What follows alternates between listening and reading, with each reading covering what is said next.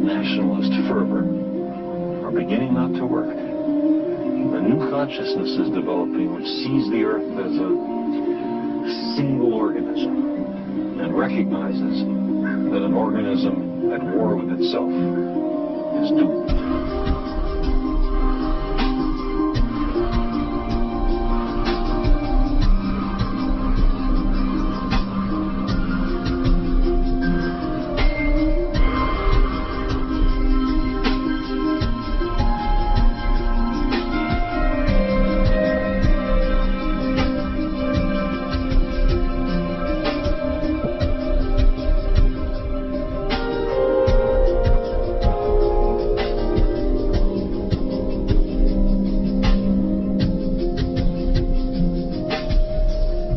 Bill Hicks used to finish his shows with this.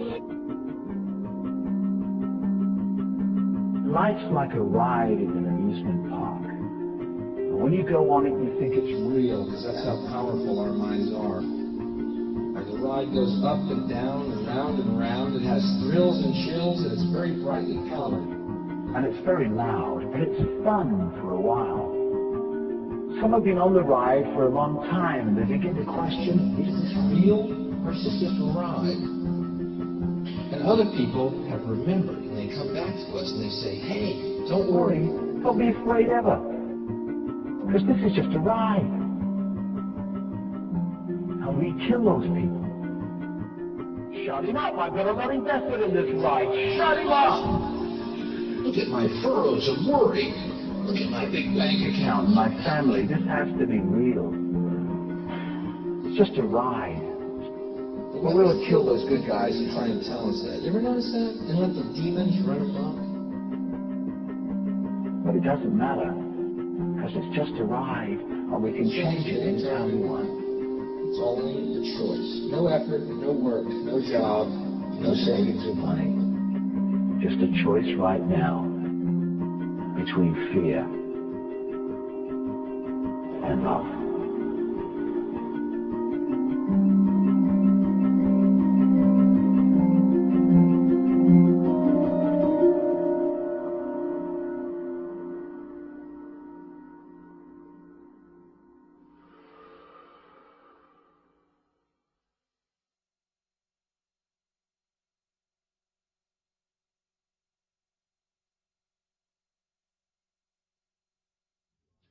You talk about the pyramid.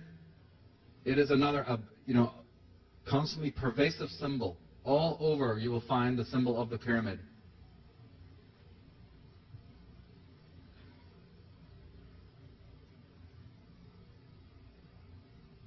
There's so many of them. One could just do a whole lecture on just the symbol of the pyramid, the red and blue degrees there again.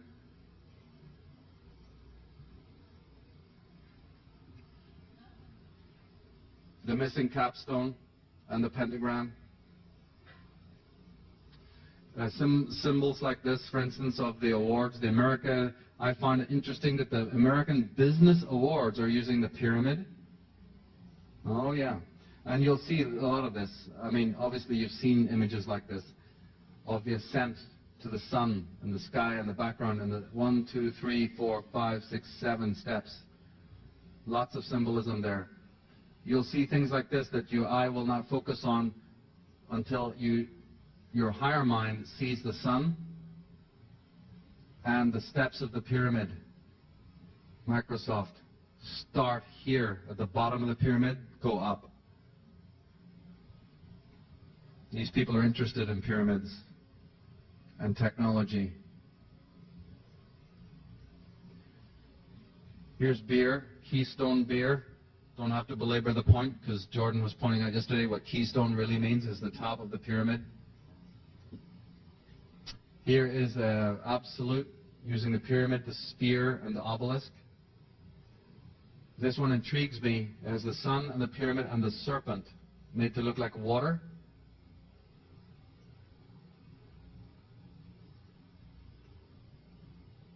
Right, beer. Who owns the beer? Who owns the alcohol companies? A whole study in itself. It goes back to the pirates, but it even goes back before that to who runs these poisons. Right? The tax-exempt Knights of Malta and the Knights Templar, who were tax-exempt, were the ones who opened the inns and the taverns and the bars. It's a whole interesting story, and why those bars and taverns in England are called strange occult names like the Green Dragon and the horse and, the white horse or the black horse and the rose and the crown. Ever wonder about those strange names, the plough and the stars? And why they're called arms? Anybody going into England, you'll know that taverns are called arms, implying that it was a military order that opened them to poison the people of the world that go down there at 5 o'clock and sit there till 12 o'clock complaining about the government and drinking their brains out. Nothing gets done. That was the intention.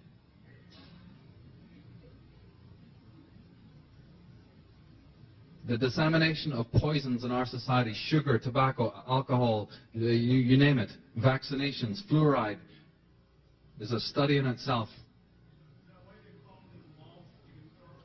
Possibly. Very interesting that. Yeah, we want to maybe look into that.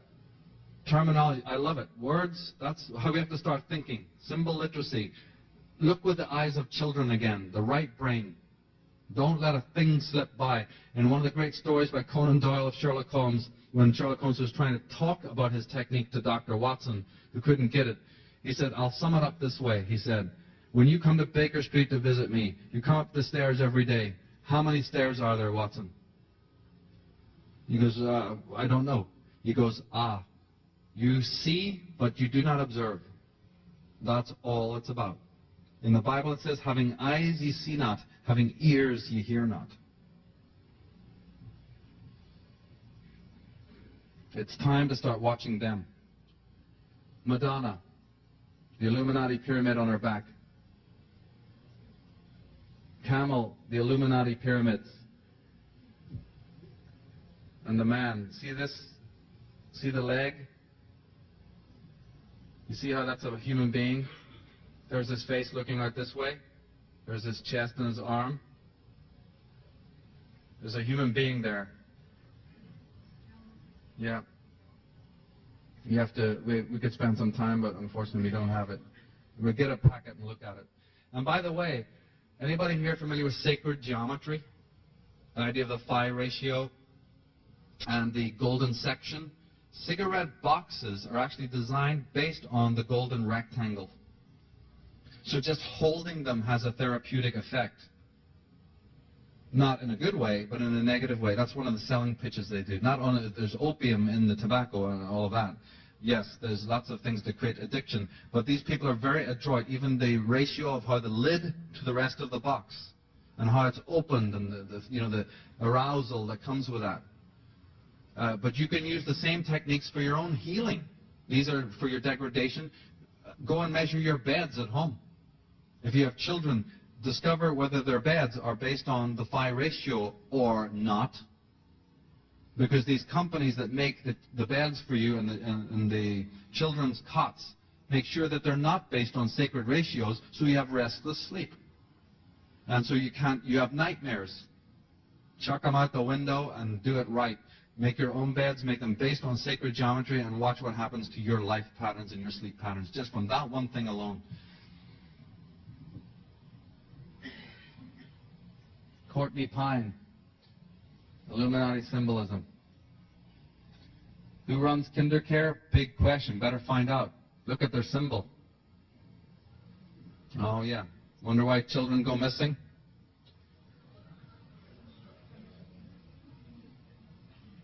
I wonder about it. Swedish bank using the eye on the pyramid. One of the most powerful ancient symbols of Freemasonry, one of their specific, most sacred symbols to them, right? The one they don't want to tell you about a lot is what's called the double ashlar, or the double cube. It's a well-known symbol to Freemasons. If you, in your mind's eye, look at this chevron symbol, word that doesn't mean anything in English, you'll find that that is a cube. You see that? In 3 dimensions. There's one cube sitting on another. And it's red and blue, like the red and blue degrees. Here it is again. The 2 cubes. The 2 cubes. The cube. Look out for this. the triple or the double cube. These chevrons, don't you find them also in the military as the chevrons? You ever wonder why those stripes were there? Private, corporal, sergeant? No, first degree, second degree, or third degree Freemason. That's all it means. Anybody who served in those forces knows you can't get very far unless you want to start shaking some hands, right?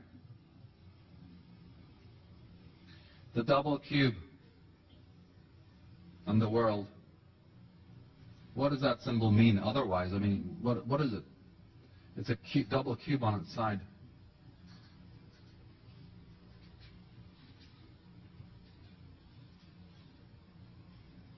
Yves Saint Laurent, double cube. Dodge Chrysler, double cube. Another one of the symbols that they care about deeply, and you should know about, is what's called the red square. Why do we say we get caught up in red tape? Why do they cut the red tape, you know? Or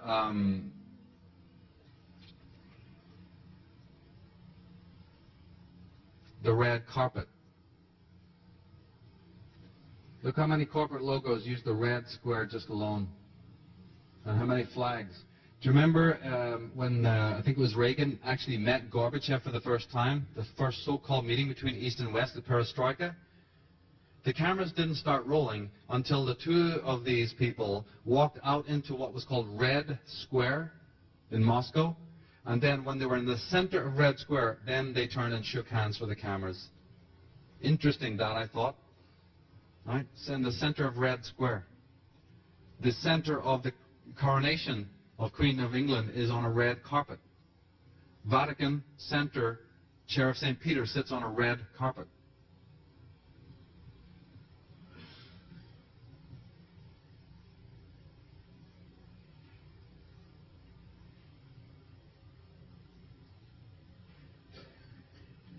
The letter E is very important. We'll come to letters a little bit later on, but the letter I want to stress to you right now as in usage is the letter E. It's the fifth letter of our alphabet because in ancient occultism and even in modern occultism, E is very important because it represents the fifth essence or the quintessence. It was called epsilon.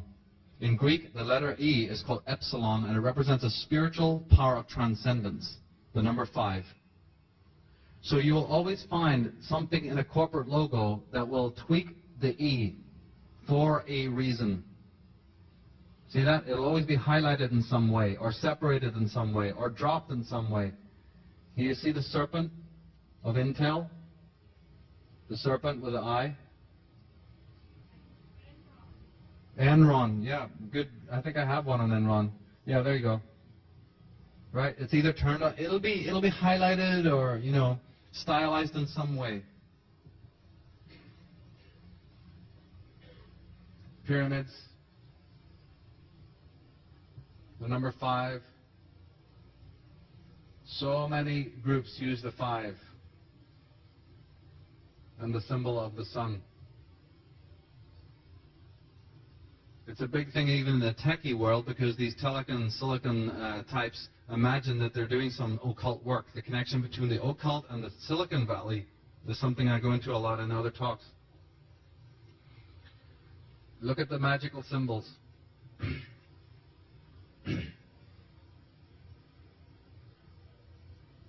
Opening doors into the intelligence, the technological world. The portal of the door is very important in Freemasonry. They talk about the porch.